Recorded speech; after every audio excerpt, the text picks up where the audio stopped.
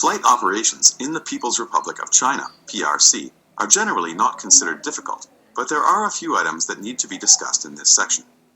We will discuss general procedures, review altimeter procedures, review RVSM procedures, and airway navigation procedures in the PRC.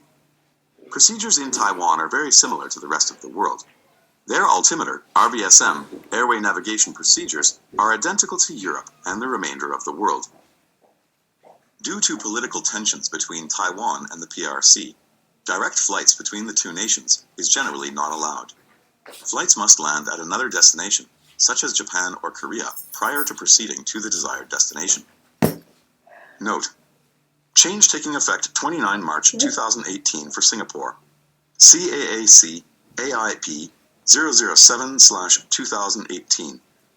The AIP supplement informs aircraft operators on the implementation of performance-based communication and surveillance, PBCS, within Singapore FIR, in accordance with the ICAO provisions to support performance-based reduced horizontal separation minima application using data link, with effect from 29 March 2018, 0000 UTC. This AIP affects spacing down to 5 minutes between equipped aircraft. Regular spacing is available for aircraft that are not compliant with PBCS.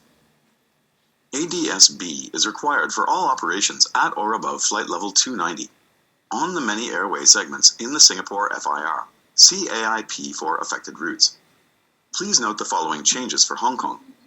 ADS-B is required for all operations at or above flight level 290 on airways L642 and M771. For more information, see AIP Gen 1.5-1 and AIP SUP A02/16. At one point, Hong Kong had published ADS-B mandates for the entire Hong Kong FIR, above flight level 290. But in recent AIP updates, those proposed future dates for full implementation have been removed. At this time, there is no information available on any future changes to ADS-B mandates for Hong Kong. Review current AIP prior to flight. Taiwan. When the use of two airways in Taiwan airspace currently require ADS-B compliance, all other airspace over flight level 290 remains open to non-ADS-B equipped aircraft. As of December 31st, 2019, ADS-B will become mandatory for all aircraft operating within Taipei FIR, at or above flight level 290. For more information, see AIP SUP 06/16. General procedures. Planned flights to the PRC require overflight and landing permits, as well as visas for the passengers and crew. These permits can be acquired by several companies which specialize in these items, and your handler can also assist you to get these for you. These permits can be accomplished in a couple of days, but can also take months depending on the operator, political tensions, etc. Plan ahead. The following is the latest situation in China-Taiwan area as of the end of 2017. Foreign registered aircraft are prohibited from operating directly between China and Taiwan. You've got to make a tech stop somewhere between the two countries. Most choose to do so either in VHHH Hong Kong or VMMC Macau. Importantly, the same rules apply for China overflights. If you're flying to Taiwan from any third country, you can't overfly China. Only Chinese and Taiwanese registered aircraft can operate directly between China and Taiwan.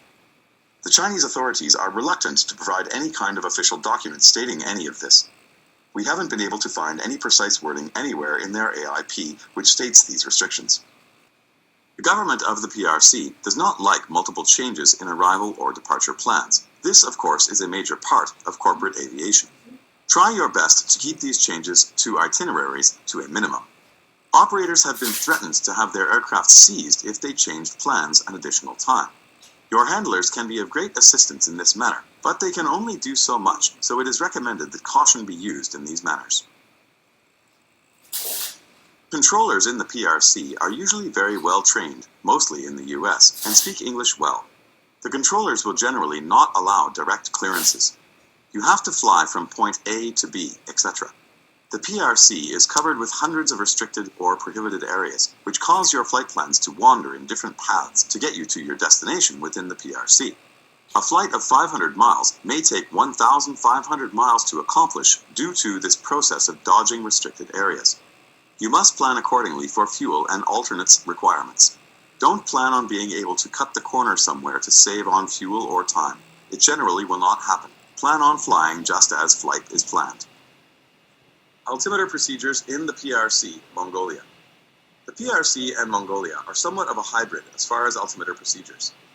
For many years, the PRC followed the same altimeter procedures as Russia and the Commonwealth of Independent States, CIS. QNE above the transition altitude and QFE below the transition level, with all altitudes and flight levels measured in meters and no RVSM spacing.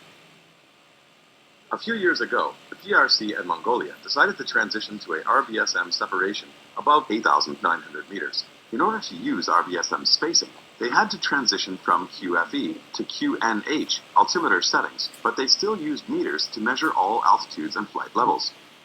This required a change in RVSM separation, which will be discussed in detail in the next section. Below the transition level, crews could use QNH altimeter settings, but expect all altitude assignments in meters. Jeppesen charts have a box on all arrival, approach, and departure charts that convert meters to feet for your use during these transitions. It is recommended that if your aircraft has a meters selection switch, that you fly in meters to the maximum extent possible. If your aircraft can't fly meters, the crew should produce charts that convert meters to feet so you can comply with ATC instructions. Because the conversions are not exact, you will have to set the ACL to the next highest altitude through the meters setting. Some en route charts also have these conversion tables to assist you. Altimeter settings will be given in hectopascals and set on your altimeter in millibars, measured in altitude above mean sea level, or QNH. After passing the transition altitude climbing out, set your altimeter to QNE 29.92 inches or 10.13 millibar, but you will continue to get altitude assignments in meters. Once reaching RVSM airspace, follow the procedures below for RVSM. RVSM procedures. China and Mongolia were once countries that used meters and QFE, as discussed previously. However, they have modified their procedures to use meters and QNH altimeter settings. China and Mongolia use meters to define their flight levels, which creates a need for an adjustment for RVSM operations. Airspace separation in China is measured every 300 meters or 900 feet. RVSM minimum separation is 1,000 feet. In order to use this minimum separation in China, the pilot must use feet rather than meters in RVSM. Although the ATC controller will clear the aircraft to a meters flight level, the pilot is expected to use feet to reach and maintain altitude. To maintain the minimum 1,000 feet separation, the pilot must add 100 feet to the flight level they are assigned. So, RVSM airspace in China would be from flight level 291, flight level 411. See the following chart as an example of how to perform this task. Airway procedures. Most airways in the PRC run north to south. Most airways run between Beijing to Shanghai and Hong Kong. The vast majority of the traffic runs along these airways. Due to the congestion that can occur, the controllers can ask you to offset from 1 to 5 miles right of course to provide adequate separation. This is similar to the procedure used in the Atlantic, but is directed by the controllers. There are also a few major airways passing east to west, running through Beijing, which are generally not as busy as the north-south traffic. There are many other airways which are not published in Jeppesen, but are published in the PRC. The use of these airways and destinations, not on the main charts, requires the use of a Chinese navigator. These individuals will sit on your jump seat and will assist you through these airways and to your destination.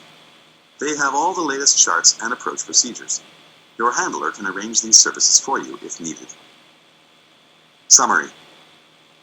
This program introduced you to some of the basic challenges of operating in the People's Republic of China and Mongolia. We review some general procedures, altimeter procedures, RVSM procedures, and airway procedures in use in China and Mongolia. Check before you go with your handlers to confirm that you can get overflight, landing permits, and visas well in advance of your departures. Review the altimeter and RVSM procedures prior to entry into the area.